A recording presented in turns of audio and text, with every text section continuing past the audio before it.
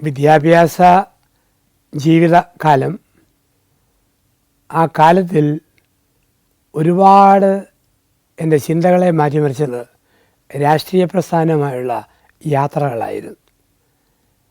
അന്ന് കേരള വിദ്യാർത്ഥി കോൺഗ്രസിൻ്റെ പ്രസിഡൻ്റായി PM മാത്യു, പിന്നീട് അദ്ദേഹം കടുത്തുരുത്തി MLA ആയി. അവരുടെയൊക്കെ കീഴിലുള്ള ഒരു പ്രവർത്തന പാരമ്പര്യം. അന്ന് 25 MLAമാരുള്ള കേരള കോൺഗ്രസ് എന്ന ഏറ്റവും സജീവമായ ഒരു രാഷ്ട്രീയ പ്രസ്ഥാനം. ഇപ്പം അവരുടെ കൂടെയൊക്കെയുള്ള മീറ്റിങ്ങുകളും യോഗങ്ങളും യാത്രകളും ഒരുപാട് എന്നെ വളർത്തിയിട്ടുണ്ട്, ഒത്തിരി വളർത്തിയിട്ടുണ്ട്. അന്ന് എനിക്ക് രാഷ്ട്രീയക്കാരുടെ പ്രസംഗം കേൾക്കാൻ വലിയ ഇഷ്ടമായിരുന്നു. വലിയ തീപ്പൊരി പ്രസംഗം പറയുന്ന ഒരാളായിരുന്നു ഞങ്ങളുടെ അന്നത്തെ MP CN സ്റ്റീഫൻ സാർ. അതേ ഒരു പ്രസംഗം പറഞ്ഞു നിർത്തിയാൽ അതിൻ്റെ ബാക്കി അടുത്ത സ്ഥലത്തെന്ന് പറഞ്ഞാൽ ആൾക്കാർ ജീപ്പേ തൂങ്ങി അടുത്ത സ്ഥലത്ത് പോകുമായിരുന്നു. ഗർജിക്കുന്ന സിംഹമായിരുന്ന വയലാർ രവി, അതുപോലെ ബാലകൃഷ്ണപിള്ള, മാണി സാറ്, ഇപ്പോൾ ഇവരുടെയൊക്കെ ശക്തമായ പ്രസംഗങ്ങൾ എൻ്റെ ഒരു രാഷ്ട്രീയ ശൈലി പ്രസംഗത്തിലേക്ക് എന്നെ സ്വാധീനിച്ചിട്ടുണ്ട്. പലപ്പോഴും തിരുവനന്തപുരത്തേക്കുള്ള ജീവിതവും തിരുവനന്തപുരം യാത്രയുമെല്ലാം ഒത്തിരി കാഴ്ചപ്പാടുകളും ഒരുപാട് ഇഷ്ടപ്പെട്ട കാഴ്ച കാണാനും ഒക്കെയുള്ള സ്വാതന്ത്ര്യമുണ്ടായി. അന്ന് തിരുവനന്തപുരത്ത് ചെല്ലുമ്പം MLA ക്വാർട്ടേഴ്സിൽ താമസിക്കും. ഇന്നത്തെ ചീഫ് ജയരാജ് സാറിൻ്റെ അപ്പൻ നാരായണക്കുറുപ്പിൻ്റെ മുറിയായിരുന്നു ഞങ്ങളുടെ വാസസ്ഥലം. കട്ടപ്പനക്കാരനായ ഒരു തങ്കച്ചൻ ജോസ് അദ്ദേഹത്തിൻ്റെ പ്രൈവറ്റ് സ്റ്റാഫിലുണ്ടായിരുന്നു, വേങ്ങമ്പടം. അപ്പം അതുമൂലം ഞങ്ങൾ ചെല്ലുമ്പോൾ ഉലകന്നാനും ഞാനും ജോണിയൊക്കെ ആ മുറി താമസിക്കും. മനോഹരമായ വെജിറ്റേറിയൻ റെസ്റ്റോറൻ്റ് ഉണ്ട് അതിനകത്ത്. അപ്പോൾ അവിടെ പോയി ഭക്ഷണം കഴിക്കും. അവിടുത്തെ ഉപ്പുമാവും കടലക്കറിയൊക്കെ ഇന്നും മനസ്സിൽ അതിൻ്റെ മണമുണ്ട്. നെയ് റോസ്റ്റ്, ഇപ്പം ഇങ്ങനെയുള്ളതെല്ലാം. ആദ്യമായിട്ട് ചപ്പാത്തി എന്ന് പറഞ്ഞ സാധനം കണ്ടത് നെയ്യാർ ഡാമിലെ ക്യാമ്പ് സൈറ്റിൽ വെച്ചാണ്. കാരണം കട്ടപ്പന ഭാഗത്തൊന്നും അന്ന് ചപ്പാത്തി അറിയപ്പെടുന്ന ഒരു ഐറ്റം ആയിരുന്നില്ല. പിന്നെ ട്രിവാൻഡ്രത്തുള്ള ഓട്ടോറിക്ഷ യാത്രകൾ, ചില രാത്രികളിൽ സിനിമ കാണാൻ പോകുന്ന അവസരം, തിരിച്ച് MLA കോഴ്സിൽ നിന്ന് കിടക്കുന്നു. പഠനവും അതിൻ്റെ കാര്യങ്ങളെല്ലാം വിട്ടിട്ട് ഒരു പൂർണ്ണസമയ രാഷ്ട്രീയക്കാരൻ്റെ ഒരു കുപ്പായം ധരിക്കുന്ന ഒരു രാഷ്ട്രീയ ശൈലി ജീവിതത്തിൻ്റെ ഭാഗമായി പടുത്തുയർത്തി.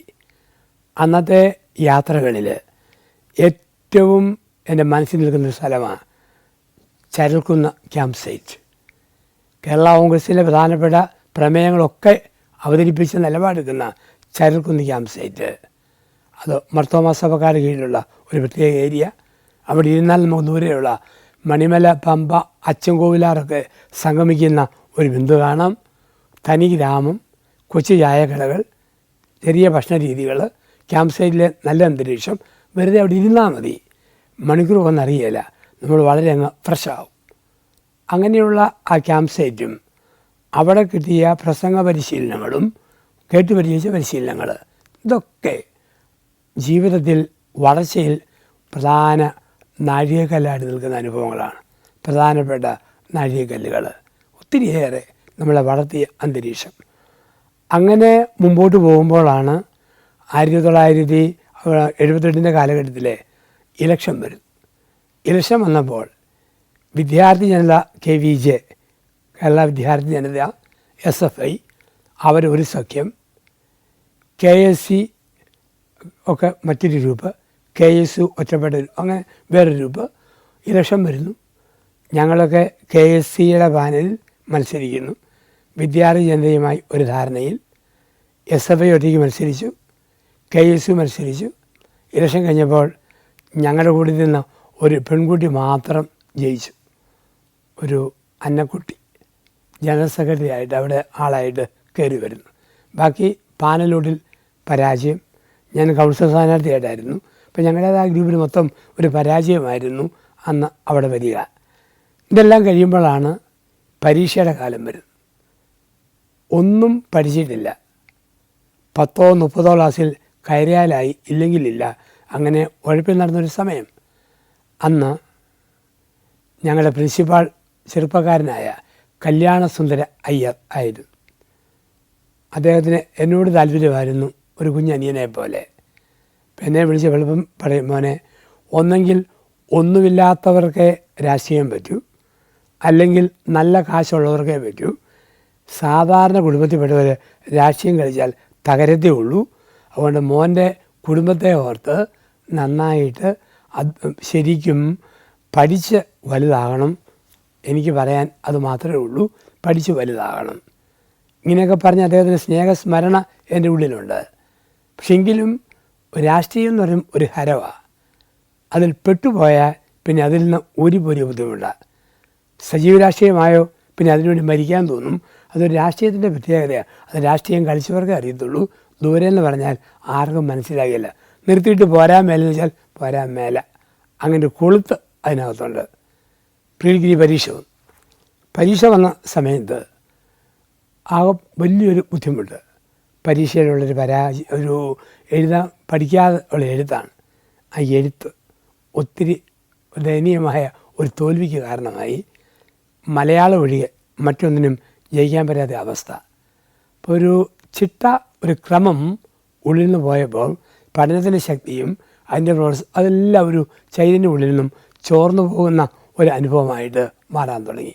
ഒരു പ്രത്യേക അനുഭവം.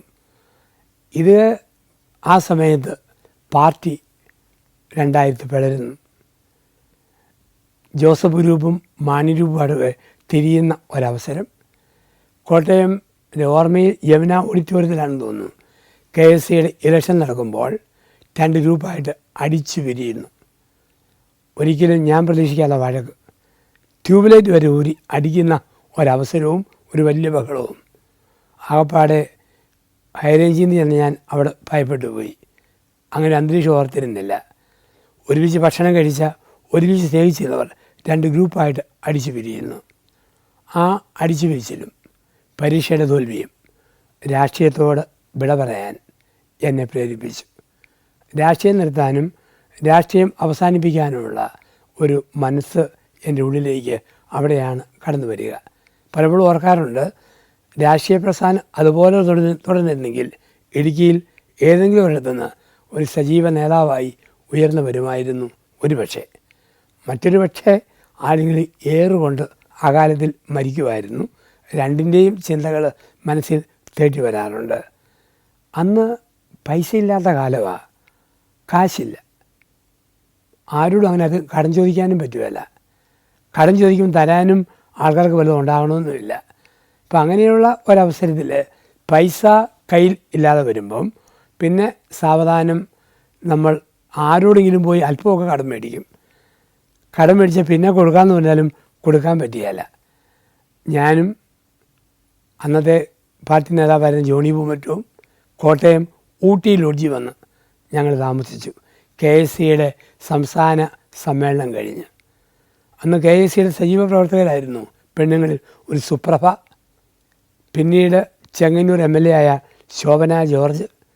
KSCയിലൂടെ കയറി വന്ന ഒരു നല്ല നേതൃത്വങ്ങളായിരുന്നു അവരോരോരുത്തരും.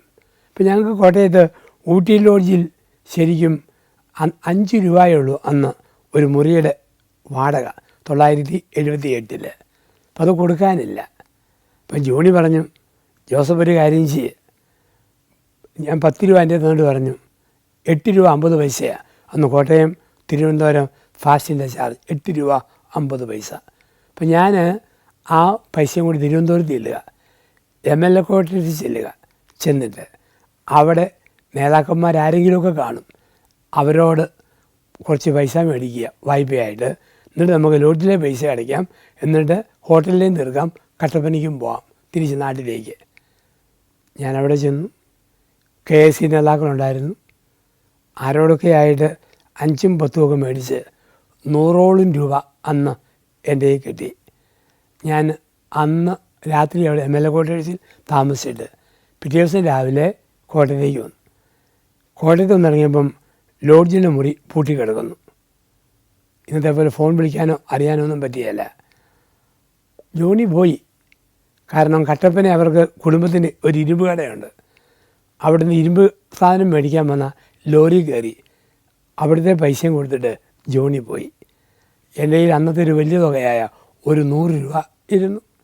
പിന്നെ അതുകൊണ്ട് കുറേ നാൾ അടിച്ചു പൊളിച്ച് സ്വന്തമായ രാഷ്ട്രീയം കളിച്ചതിൻ്റെ ഓർമ്മയുണ്ട്. Djibouti, Fiji, Lebanon, Ethiopia, Armenia. സഞ്ചാരം വോളിയം നമ്പർ 17. ഫുൾ HD-യിലുള്ള ഈ അപൂർവ ദൃശ്യയാത്രാ വിവരണ ശേഖരം സ്വന്തമാക്കാൻ സഞ്ചാരം എന്ന് SMS ചെയ്യൂ. ഫോൺ 9995 444 222. ആ കാലങ്ങളിലൊക്കെ എന്നെ ഒത്തിരി ശക്തിപ്പെടുത്തി നിന്നിരുന്നു വോളിബോൾ കളി.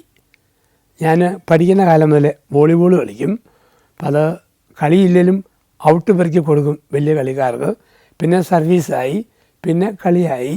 അപ്പം അങ്ങനെ ഒരു വോളിബോൾ കളിയും അതിൻ്റെ ഓട്ടവും കോളേജിൽ പഠിക്കുമ്പോഴും ആ കളി പങ്കെടുക്കുമായിരുന്നു. അപ്പം അങ്ങനെയൊക്കെയുള്ള ഒത്തിരി സർട്ടിഫിക്കറ്റുകൾ, സമ്മാനങ്ങൾ. അവസാനം ഞങ്ങൾ ഹോസ്റ്റലിൽ നിന്നൊക്കെ ഈ കോളേജിലെ പഠിത്തം കഴിഞ്ഞ് പോരുമ്പോൾ അന്ന് ഓട്ടോഗ്രാഫിൽ ഓരോരുത്തരും എന്തെങ്കിലും എഴുതി തരും. അപ്പോൾ അതിലൊരു പെൺകുട്ടി എഴുതിയ കാര്യം ഇന്ന് ഓർക്കുന്നു: തല്ലിപ്പുള്ളി ജോസഫെ, തല്ലുകൊള്ളാതെ ജീവിച്ചോണം. അതൊക്കെ ഒരു പക്ഷേ അന്നത്തെ പെരുമാറ്റം കണ്ടിട്ടുള്ള ഒരു ബുദ്ധിപരമായിട്ടുള്ള ഒരു കമൻ്റ് ആയിരിക്കാം. ഏതായാലും ജീവിതത്തിൽ ഇങ്ങനെയുള്ള ഒരു കാലങ്ങളും അതിൻ്റെ വർഷങ്ങളുമായിട്ട് കടന്നുപോയി. എന്നെ ഞാനാക്കിയ, ഒരുപക്ഷെ ജനത്തിൽ സ്വാധീനമുള്ള ഒരു പ്രസംഗകനാക്കിയ, ജനഹൃദയങ്ങളിൽ സ്ഥാനം കൊടുത്ത ഒരു അച്ഛനായെങ്കിൽ അതിൻ്റെ കാരണം രാഷ്ട്രീയ പ്രസ്ഥാനത്തിൽ ആർജിച്ച ആ വ്യക്തിബന്ധങ്ങളും സംയമന രീതികളും ഇടപെടലുകളും എല്ലാമായിരുന്നു. പുറകോട്ട് നോക്കുമ്പോൾ ഒരു 3 വർഷക്കാലം അത് നഷ്ടമാണോ ലാഭമാണോ എന്ന് വെച്ചാൽ വർഷങ്ങളുടെ എണ്ണത്തിൽ ഒരു നഷ്ടമാണേലും ജീവിതാനുഭവത്തിൽ അത് ലാഭത്തിൻ്റെ വർഷങ്ങളായി കാണുന്നു. ദൈവം മനുഷ്യനെ നടത്തുന്നത് നിഗൂഢമായ വഴികളിലൂടെയാണ്. അതുകൊണ്ടാണ് പറയുക, God writes straight through crooked lines. ദൈവം നേരെ എഴുതും വളഞ്ഞ അക്ഷരങ്ങളിലൂടെ. അതായിരുന്നു രാഷ്ട്രീയ ജീവിതത്തിലെ എൻ്റെ അനുഭവവും എൻ്റെ പാഠങ്ങളും എല്ലാം. അങ്ങനെ രാഷ്ട്രീയ ജീവിതം അവസാനിപ്പിച്ചു. 1979 കാലഘട്ടത്തിൽ പ്രീ ഡിഗ്രി രാഷ്ട്രീയത്തിന് ശേഷം പിന്നീട് ഒരു യാത്ര ജീവിതത്തിൽ ആരംഭിക്കുന്നു. അത് എൻ്റെ ജീവിതത്തിൻ്റെ ഒരു 3-ാം ഘട്ടം എന്ന് പറയാം. 1-ാം ഘട്ടം വലിയ കോവാൾ എന്ന ഗ്രാമവും കട്ടപ്പന എന്ന ദേശവും ഒക്കെയായിട്ട്. 2-ാം ഘട്ടം നരിയമ്പാറ ദേവസ്വം ബോർഡ് കോളേജ് എന്ന കോളേജും അവിടുത്തെ അധ്യാപകരും എൻ്റെ കൂട്ടുകാരന്മാരും കൂട്ടുകാരികളും എൻ്റെ രാഷ്ട്രീയ പ്രസ്ഥാനവും അതിലെ ആൾക്കാരും രാഷ്ട്രീയ ജീവിതവും ഇതെല്ലാം അടങ്ങുന്ന ഒരു കാലഘട്ടമായിരുന്നു. അപ്പോൾ ഒരുപാട് നമ്മളെ വളർത്തി. അതുകൊണ്ടാണ് 1925 കാലഘട്ടത്തിൽ മദ്രാസിലെ ഒരു സംഗീതജ്ഞനായ ശ്രീനിവാസൻ എന്ന മനുഷ്യൻ ഇങ്ങനെ പറഞ്ഞിട്ടുണ്ട്: ഒരു മനുഷ്യൻ്റെ ജീവിതത്തെ സ്വാധീനിക്കുന്നത് 4 ഘടകങ്ങളാണ്. മനുഷ്യനെ സ്വാധീനിക്കുന്ന 4 ഘടകങ്ങൾ. 1, അവനെ സ്വാധീനിക്കുന്നത് ഗുരുഭൂതരാണ്. അധ്യാപകരും അവരുടെ പ്രബോധനങ്ങളും അവരുടെ പഠിപ്പിക്കലും ഇതെല്ലാം ജീവിതത്തിൽ അധ്യാപകർ നമ്മളെ സ്വാധീനിക്കുന്നു. അധ്യാപക ജീവിതം. അപ്പോൾ എന്നെ ഒത്തിരി സ്വാധീനിച്ചത് എന്നെ പഠിപ്പിച്ച അധ്യാപകരാണ്. അത് ആശാങ്കളരി മുതൽ പ്രീ ഡിഗ്രി പൂർത്തിയാകുന്ന കാലം വരെ നല്ല നല്ല അധ്യാപകർ, അവരുടെ അറിവുകൾ, അവരുടെ പങ്കുവയ്ക്കലുകൾ ഇതൊക്കെ ഓർക്കുന്നു. 20 പരിപാടി എന്ന പ്രോഗ്രാമിൽ പ്രസംഗിക്കാൻ പങ്കെടുക്കുമ്പോൾ അത് മുഴുവൻ എഴുതി തന്നത് OJ ദേവസ്യ എന്ന് പറയുന്ന ഒരു സാറാണ്. അത് ഞാൻ അതുപോലെ പറഞ്ഞ് അങ്ങ് അവിടെയാണ് 1-ാം സമ്മാനം കിട്ടുക. അപ്പം ഗുരുഭൂതരെ നമ്മളെ സ്വാധീനിക്കുന്നു. നല്ല അധ്യാപകരായി മാതൃകാപരമായി ജീവിച്ചാൽ അത് കുട്ടികളുടെ മനസ്സിനെയും ജീവിതത്തെയും ആഴമായി ബാധിക്കുന്നു അധ്യാപകർ. 2ാമത് പറയുന്നു, നമ്മുടെ ജീവിതത്തിൽ നമ്മളെ സ്വാധീനിക്കുന്ന 2ാമത്തെ ഘടകം നമ്മുടെ വായനകളാണ്. നല്ല നല്ല വായനകളാണ്. ആ വായന നമ്മുടെ സ്വഭാവത്തെ രൂപപ്പെടുത്തും. ദൈവം അമ്മയുടെ മനസ്സിൽ ഒരാളെ ഫോം ചെയ്യുമ്പോൾ പുസ്തകങ്ങൾ ആ വ്യക്തിയെ ട്രാൻസ്ഫോം ചെയ്യും. ദൈവം രൂപപ്പെടുത്തും, വായന നമ്മളെ രൂപാന്തരപ്പെടുത്തും. അപ്പം അങ്ങനെയുള്ള ഒരു വായനാ ലോകത്തിലേക്ക് വായന നമ്മളെ ഒരുപാട് സ്വാധീനിക്കും. ഞാനും ഇഷ്ടംപോലെ വായിക്കുന്ന ആളാണ്. കിട്ടുന്ന എന്തും വായിക്കും. എന്തെങ്കിലും അതിൽ നമുക്ക് ശേഖരിക്കാൻ പറ്റും. കാരണം വായനയുണ്ടെങ്കിൽ പുസ്തകങ്ങൾ എഴുതാൻ പറ്റൂ. എഴുത്തും വായനയും ഒരുമിച്ച് പോകുന്നതാണ്. അപ്പം വായന ഇപ്പോൾ ഒന്ന് ഗുരുഭൂതർ, രണ്ട് വായന. മൂന്നാമത് പറയുന്നു സ്വയം ആർജിക്കുന്ന സ്വഭാവങ്ങൾ. സ്വയം ആർജിക്കുന്ന സ്വഭാവങ്ങൾ ചീട്ടുകളിയാകാം, കള്ളുകൂടിയാകാം, ബ്ലൂ ഫിലിമാകാം, ഫ്രീ സെക്സ് ആകാം. ഇതാരും പഠിപ്പിക്കേണ്ട, എങ്ങനെയോ അങ്ങ് സ്വയം ആർജിച്ച് കൊണ്ടിരുന്ന സ്വഭാവമുണ്ട്. അത് വ്യക്തിയെ സ്വാധീനിക്കും. 4 കാലം നമ്മളെ പഠിപ്പിക്കും. നമുക്ക് കാലങ്ങൾ കടന്നു പോകുമല്ലോ. മനുഷ്യൻ്റെ ആയുസിൻ്റെ 10 കാലങ്ങളെന്നല്ലേ പറയുക. 10 കാലങ്ങൾ. 10 വയസ്സ് വരെയുള്ള സ്വഭാവമല്ല 10നും 20നും ഇടയിൽ. ആ സ്വഭാവമല്ല 20നും 30നും ഇടയിൽ, 30നും 40നും ഇടയിൽ, 40നും 50നും ഇടയിൽ, 50നും 60നും ഇടയിൽ, 60നും 70നും ഇടയിൽ, 70നും 80നും ഇടയിൽ, 80നും 90നും 100നും ഇടയിൽ. അതുകൊണ്ടാണ് ആർഷഭാരതത്തിൻ്റെ ആത്മീയ ആചാര്യന്മാരും ധാർമ്മികരും പറയും മനുഷ്യന് 10 കാലങ്ങളുണ്ട്. 10 കാലങ്ങൾ. കുളി 1. ഏറ്റവും രസിക്കുന്ന കാലം കുളിയാണ്. 1 വയസ്സ് മുതൽ 10 വയസ്സ് വരെ കുളിയുടെ കാലം. കുഞ്ഞുങ്ങൾ ഏത് വെള്ളത്തിലും കുളിക്കും. കലക്കവെള്ളം, കഞ്ഞിവെള്ളം, കാടിവെള്ളം, ഓസിലെ വെള്ളം, ഓടയിലെ വെള്ളം, ഓലിയിലെ വെള്ളം, എന്തിലും കുളിക്കുക. വരെ സോപ്പ് തേച്ച് പതയ്ക്കുക. ചില പിള്ളേരെ കാണാം ഒരു സാമ്പിൾ സോപ്പ് തീരുന്നവരെ വരെ പതച്ചുകൊണ്ടിരിക്കും. ഭൂമിയിൽ സ്വർഗത്തിൻ്റെ മുന്നാസ്വാദനം എപ്പോഴാണെന്ന് വെച്ചാൽ വരെ സോപ്പ് തേച്ച് പതയ്ക്കുമ്പോഴാണ്. മുതിർന്ന ആൾക്കാർ ഏറ്റവും ആസ്വദിക്കുന്നത് ഷവറിന് കീഴിൽ കുളിക്കുമ്പോഴല്ലേ. മൂളിപ്പാട്ടുകൾ വരെ തിരുമിക്കൊണ്ട് മസ്ത് മസ്ത് ഹേ, മുസ്തഫ മുസ്തഫ, ഈ പാട്ടല്ല ആ കാലത്തിലാണ്. കുളി 1. കളി 10 വയസ്സായോ കളിക്കാനോട്ടും. കുടുകുടു, കുറ്റിപ്പന്ത്, ഞൊണ്ടികളി, വട്ടുകളി, ക്രിക്കറ്റ് കളി, കളിയോട് കളി. എന്താ 20 വയസ്സാകുമ്പം ചോദ്യം ചെയ്യും. എന്നാ പള്ളി, എന്നാ ക്ഷേത്രം, എന്നാ പ്രാർത്ഥന, എന്തിനേയും ചോദ്യം ചെയ്യുന്ന ഒരു രീതിയുണ്ട്. എന്ത് 20? മുറി 30 വയസ്സായി പിന്നെ വെട്ടൊന്ന് മുറി 2. ഞാനും എൻ്റെ ഭാര്യയും പറയും, ഞാനും എൻ്റെ ഭർത്താവും പറയും, ആരും ഞങ്ങളെ ഉടിപ്പിക്കാനും പഠിപ്പിക്കാനും നോക്കണ്ട, വെട്ടൊന്ന് മുറി 2. നെറി 40. നേരിനെക്കുറിച്ച്, സത്യത്തെക്കുറിച്ച് ചിന്ത വരുന്നത് 40 കഴിയുമ്പോഴാണ്. ദേഹത്തിൻ്റെ ഇളക്കം കുറയും, രക്തത്തിന് തിളപ്പായും, ഭാര്യ ഭർത്താവിനെ അമക്കും, ഭർത്താവ് ഭാര്യ ഒതുക്കും, മക്കൾ മാതാപിതാക്കളെ ഇരുത്തും. ചിന്തകളിൽ മാറ്റം. നെറി 40. വെറി 50. വെറിവ്, വിവരം വെക്കുന്നത് 50 വയസ്സ് കഴിയുമ്പോഴാണ്. ഓർക്കും, ഈശ്വര ആയുസിൻ്റെ പകുതി കഴിഞ്ഞല്ലോ, ഇത്രയും കാലം ഇല്ലല്ലോ, ഉള്ള കാലം മര്യാദയ്ക്ക് ജീവിച്ചേക്കാൻ വീണ്ടും വിചാരം. വെറി 50. ചൊറി 60. 60 കഴിയുമ്പോഴാണ് അപ്പനപ്പന്മാർ, കാരണവന്മാർ വെറുതെ കുത്തിയിരുന്ന് മക്കളോടും മക്കളുടെ മക്കളോടും വെറുതെ ചൊറിഞ്ഞ വർത്താനം പറയാൻ തുടങ്ങും. ചൊറി 60. തെറി 70. 70കളിൽ കുട്ടിക്കാലത്ത് പഠിച്ചതും പിന്നെ മറന്നുമായ കൊച്ചു കൊച്ചു തെറി നഗത്തെഴുത്തിട്ട് വരും. തെറി 70. ചിരി 80. 80 വയസ്സാകുമ്പോൾ അറിയാം സീസൺ 4 കഴിഞ്ഞു, സീസൺ 5 ആരംഭിക്കുന്നു. ഇനി ഡേഞ്ചർ സോണിലാണ്, എക്സിറ്റിന് സാധ്യത. എല്ലാം കാണുക, ചിരിക്കുക, പോയി മര്യാദയ്ക്ക് കുത്തിയിരിക്കുക. കുഴി 90. 90 വയസ്സായ പിന്നെ മരണത്തിൻ്റെ ഓർമ്മകളാണ്. ഇതാണ് മനുഷ്യൻ്റെയൊക്കെ ജീവിതം. കാലങ്ങൾ മാറുന്നു, കാലങ്ങൾ കഴിയുന്നു, പെട്ടെന്ന് കഴിഞ്ഞു പോയി. ഇപ്പം നമ്മളെ സ്വാധീനിച്ച പല പല ഘടകങ്ങൾ, അത് അധ്യാപക സ്വാധീനം, കൂട്ടുകാരുടെ സ്വാധീനം, നമ്മുടെ സുഹൃത്ത് ബന്ധം, നമ്മുടെ വായന, നമ്മൾ ആർജിച്ച രീതികൾ, നമ്മുടെ കല, പലതും കാലങ്ങൾ പഠിപ്പിച്ചു. ഇതെല്ലാം കൂടിയാണ് ജീവിതം. അപ്പം പുറകോട്ട് തിരിഞ്ഞു നോക്കുമ്പോൾ സ്കൂൾ വിദ്യാഭ്യാസവും കോളേജ് വിദ്യാഭ്യാസവും ഒക്കെ പുറകോട്ട് നമ്മൾ തിരിഞ്ഞു നോക്കുമ്പം ഒന്നും ഒരു നഷ്ടമായിട്ട് കരുതുന്നില്ല. കാലങ്ങൾ കടന്നു പോയാലും ഇതെല്ലാം ഒരു നേട്ടമായിട്ട് ഇരിക്കുകയാണ്. ജീവിതത്തിൻ്റെ പുസ്തകത്തിൻ്റെ താളുകളിൽ ഓർമ്മച്ചെപ്പിൽ സൂക്ഷിക്കാനുള്ള മയിൽപ്പീലി പോലെ ഇതെല്ലാം ഇന്ന് സൂക്ഷിച്ചു വെക്കുന്നു. ഇന്ന് എൻ്റെ പ്രസംഗം ഒരുപാട് ജനത്തിന് ഒരു ഇഷ്ടമാണ് എന്നൊക്കെ പറയുമ്പോൾ എൻ്റെയൊക്കെ പിന്നിൽ ഇങ്ങനെയുള്ള ഒരു ജീവിച്ച കാലം, അനുഭവങ്ങൾ. കാലം സാക്ഷി എന്ന് പറയുന്ന പോലെ അനുഭവങ്ങൾ സാക്ഷി. അപ്പം അങ്ങനെയുള്ള ഒരു ജീവിതത്തിൽ ഒരു അധ്യായം കൂടി അടയുന്നു. കോളേജ് വിദ്യാഭ്യാസം, രാഷ്ട്രീയ വിദ്യാഭ്യാസം, അവിടെയുള്ള നല്ല നല്ല ഓർമ്മകൾ, നല്ല നല്ല സൗഹൃദങ്ങൾ, നല്ല നല്ല അധ്യാപകർ, നടപ്പും കഷ്ടപ്പാടും അലച്ചിലും എല്ലാമുള്ള ഒരു ജീവിതം. അതിൻ്റെ അധ്യായമാണ് അവിടെ അടയപ്പെടുക.